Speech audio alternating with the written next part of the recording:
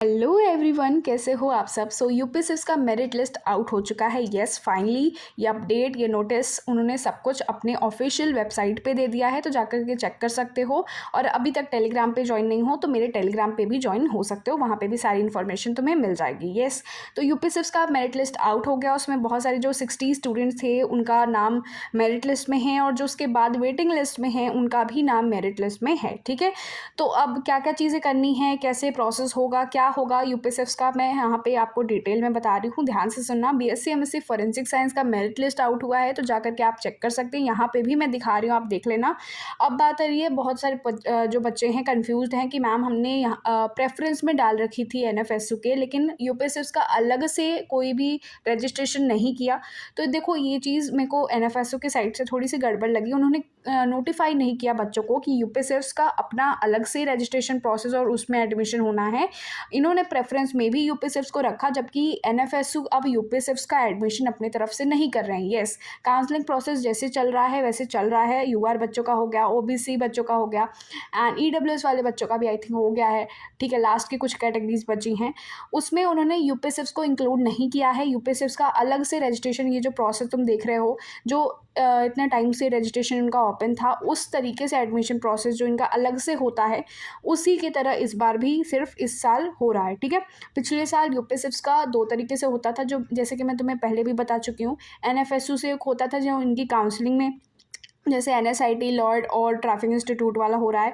ठीक है, यूपीएससी भी वहाँ इंक्लूडेड रहता था, बट इस साल यूपीएससी अलग से हो गया, जबकि बहुत सारे बच्चों को इसके बारे में कुछ भी पता ही नहीं था कि यूपीएससी अलग से हो रहा है। यस, तो हाँ, यूपीएससी के लिए बहुत सारे, अच्छा पहले भी बच्चे कमेंट सेक्शन में लिख रहे थे या लाइव सेशन में लिख रहे थे कि मैम हमने तो प्रेफरेंस में डाल रखी है, तो क्यों मैं वहाँ पे करूँ। ठीक है, तो वही मैं कहती थी कि यार सेफर साइड में रहना चाहते हो, सेफ रहना चाहते हो, तो एटलीस्ट यूपीएससी का तुम रजिस्ट्रेशन करके रखो, क्योंकि कभी भी कुछ भी हो सकता है। कट ऑफ बहुत हाई है और वही चीज़ हुई है।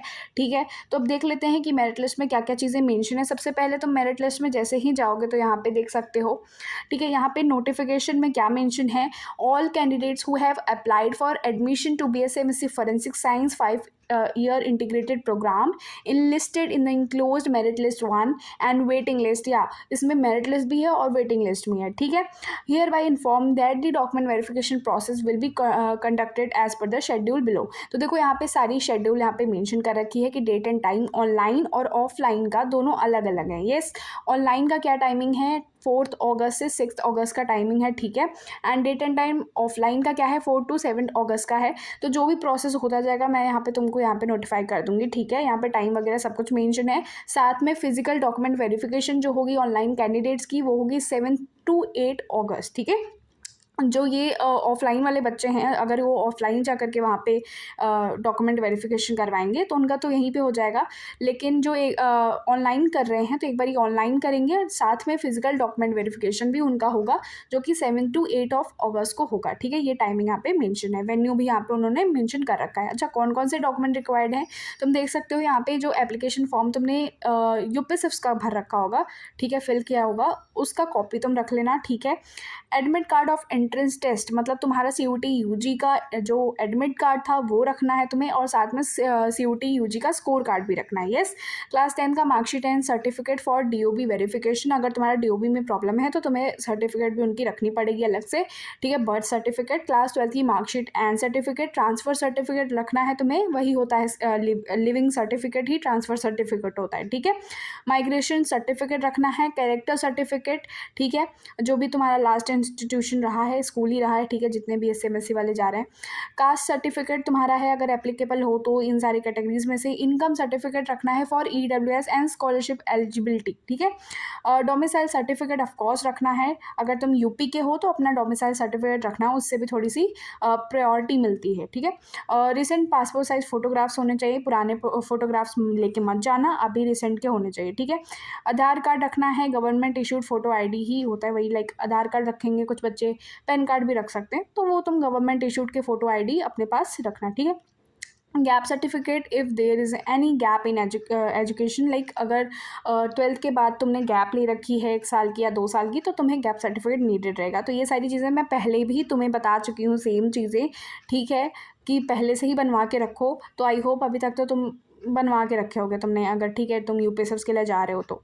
एनी अदर रिलेवेंट सर्टिफिकेट, अगर तुम्हारी लाइक पीडब्ल्यूडी सर्टिफिकेट है, एनएसएस सर्टिफिकेट है तो तुम वो भी रख सकते हो, ठीक है। यहाँ पे और चीज़ें मेंशन है, एक बार पढ़ लेते हैं। The candidate who will appear through online their admission will be provisional and subject to physical document verification. जो ऑनलाइन करेंगे अपना वेरिफिकेशन, ठीक है, उनका प्रोविजनल ही रहेगा। जैसे अभी एनएफएसयू का प्रोविजनल ही है, जितने बच्चों ने फ़ी पेमेंट कर दी है, ऑनलाइन का काउंसलिंग हो गया है, वो अभी प्रोविजनल है। जब वो फिजिकल डॉक्यूमेंट वेरिफिकेशन कर देंगे तब जा करके उनका एडमिशन कंप्लीट हो जाएगा, ठीक है, सक्सेसफुल हो जाएगा।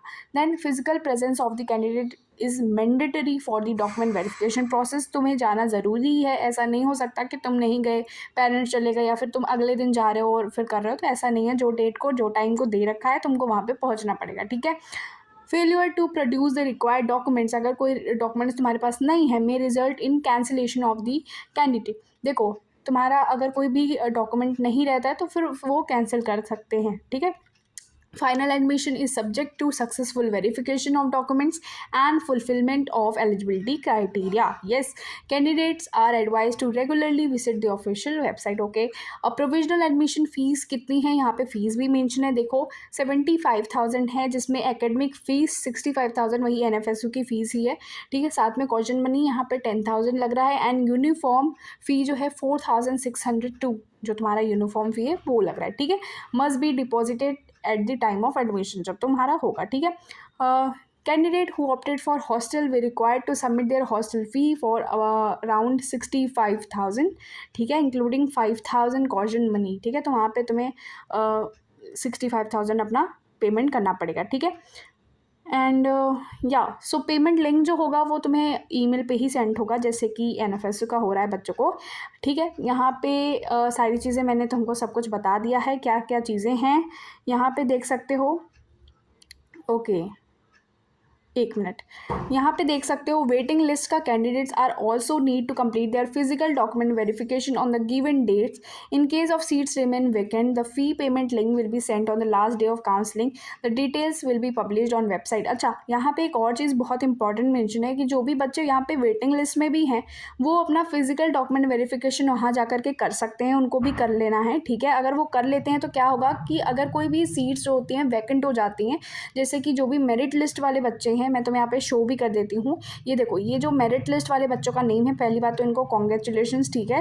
जितने भी बच्चे यहाँ पे मेरिट लिस्ट में हो, ये जितने भी बच्चे तुम देख रहे हो, अगर इसमें से कुछ बच्चे छोड़ देते हैं या कुछ बच्चे नहीं आते हैं डॉक्यूमेंट वेरिफिकेशन के लिए, फ़ी पेमेंट नहीं करते हैं या यूपीएसएफ में एडमिशन नहीं लेना चाहते हैं, एनएफएसयू में ले लिया होगा, तो तुम्हारे लिए वैकेंट सीट्स आ जाएंगी। मतलब कि जो वेटिंग लिस्ट वाले बच्चे हैं, ये जो वेटिंग लिस्ट वाले बच्चों को देख रहे हो तुम, इनके लिए वैकेंट सीट्स आ जाएगी और इन बच्चों को जो है प्रायोरिटी मिल जाएगी वहाँ पे। अगर तुमने डॉक्यूमेंट वेरिफिकेशन कर रखी होगी तो तुमको ईजी रहेगा, ठीक है। तुम्हारा फिर उसके बाद ईमेल वो सेंड कर देंगे तुम्हारे, अपना फी पेमेंट लिंक तुम्हारे ईमेल पे सेंड कर देंगे बेसिकली, जहाँ से तुम अपना पेमेंट कर सकोगे और अपना एडमिशन डन कर सकोगे, ठीक है। तो तुम्हें फिजिकल डॉक्यूमेंट वेरिफिकेशन के लिए वेटिंग लिस्ट वाले बच्चों को भी बुलाया गया है, साथ में मेरिट लिस्ट वाले बच्चों को भी यहाँ पे बुलाया गया है, ठीक है। चलो, तो जो भी चीज़ें थी मैंने यहाँ पे क्लियर कर दी हैं। येस, ऑफिशियली ये आउट हो चुका है, जा कर के चेक कीजिए। अब यहाँ पे किन का नाम है मैं बता देती हूँ। यहाँ पे सिर्फ और सिर्फ जो बच्चों ने अलग से यूपीएसएफ की रजिस्ट्रेशन कर रखी है उन्हीं को कंसीडर किया गया है, उन्हीं को यहाँ पे प्रायोरिटी दी गई है। कोई भी बच्चा अगर प्रेफरेंस में एनएफएसयू के भर रखा है कि मैम हमने यूपीएसएफ को फर्स्ट प्रेफरेंस में डाल रखी थी एनएफएसयू के, फिर भी हमें नहीं आया नाम, तो ऐसा बिल्कुल भी नहीं है, ठीक है। वो नहीं आएगा क्योंकि आपको अलग से रजिस्ट्रेशन करनी पड़ती है, ठीक है, अलग से रजिस्ट्रेशन करनी पड़ेगी यूपीएसएफ में एडमिशन लेने के लिए। और यही चीज़ मैंने आपको पहले भी बता रखा था कि सेफ़ रहना है तो एक बार अलग से रजिस्ट्रेशन कर लो, ठीक है। चलो भाई, सब कुछ आपको यूपीएसएफ का यहाँ पे क्लियर कर दिया है। अपना जितने भी बच्चे यहाँ पे मेरिट लिस्ट में नेम है या फिर वेटिंग लिस्ट में भी हैं, ठीक है, कोई बात नहीं, परेशान मत होइए एंड कॉन्ग्रेचुलेशंस। चलो फिर मिलते हैं अपने नेक्स्ट वीडियो में एंड बेस्ट ऑफ लक।